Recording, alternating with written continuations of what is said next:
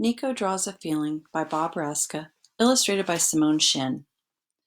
Niko loved to make pictures. Everywhere he went, he carried a box of colored pencils and a pad of paper. Because everywhere he looked, he saw something that inspired him.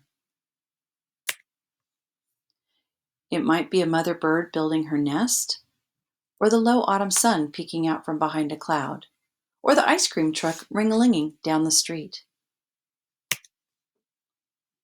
When Niko was inspired, it felt like a window opening in his brain. An idea would flit through the open window like a butterfly, flutter down to his stomach, then along his arm and fingers to his pencils, where it would escape onto his paper in a whirlwind of color. It was a wonderful feeling, and Niko tried to capture it as often as he could. Sometimes he showed his pictures to his friends. "What is it?" one of them would ask. "It's the ring-a-ling of the ice cream truck," Niko would answer. "It doesn't look like an ice cream truck," someone would say. "It's not the ice cream truck," Niko would explain. "It's the ring-a-ling." "Where's the bell?" "It's not the bell. It's the ring-a-ling." "I don't get it." Sometimes he showed his pictures to his parents. "What is it?" his mom would ask. "It's the warmth of the sun on my face," Niko would answer. "I don't see the sun," his dad would say. "It's not the sun, it's the warmth." "Where's your face?" "It's not my face, it's the warmth." "Oh."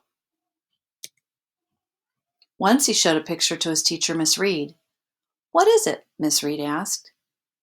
"It's the hard work of a mother robin building her nest," Niko answered. "Where's the robin?"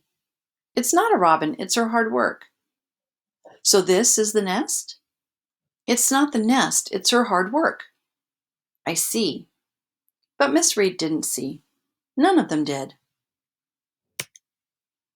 One night, Niko sat on his bed thinking about all the pictures taped to his walls. Then he looked at himself in the mirror. He was inspired to make another picture, only this one he taped to the back of his door where no one else could see it. The next day, Niko was heading out with his paper and colored pencils when he noticed a moving truck next door and a girl about his age. "Hi," said the girl. "I'm Iris." "I'm Niko. Hi." "What are you doing with that stuff?" "This?" "Nothing." "Are you going to draw?" "Well, yeah, I like to make pictures." "Can I see them?" "I don't know," he said. "You might not like them." "But I might," Iris answered. Niko decided it would be rude to say no, so he invited Iris over. When they got to his room, Niko waited for her questions. But she just looked and looked. Finally, after looking at every picture in the room, Iris discovered the one behind the door. "Wow," said Iris. "What?" said Niko. "You must have been sad when you made this picture." "How did you know?" Iris thought. "It looks like how I feel. Sad because I had to move." Suddenly, Niko felt a window opening in his brain. "Can I make a picture for you?" asked Niko. "For me?" "Sure," said Iris. Like a butterfly, an idea flitted through the open window, fluttered down to his stomach, then along his arm and fingers to his colored pencils, where it escaped onto his paper in a whirlwind of color.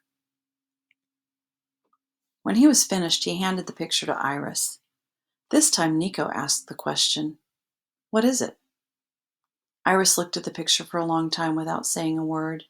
At last she looked up at Niko. "I'm not sure exactly, but it makes me feel like I made a new friend." Niko stared at Iris. "You can see that?"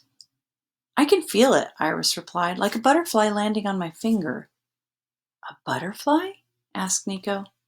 "I know, it sounds weird." Niko smiled. "Not to me.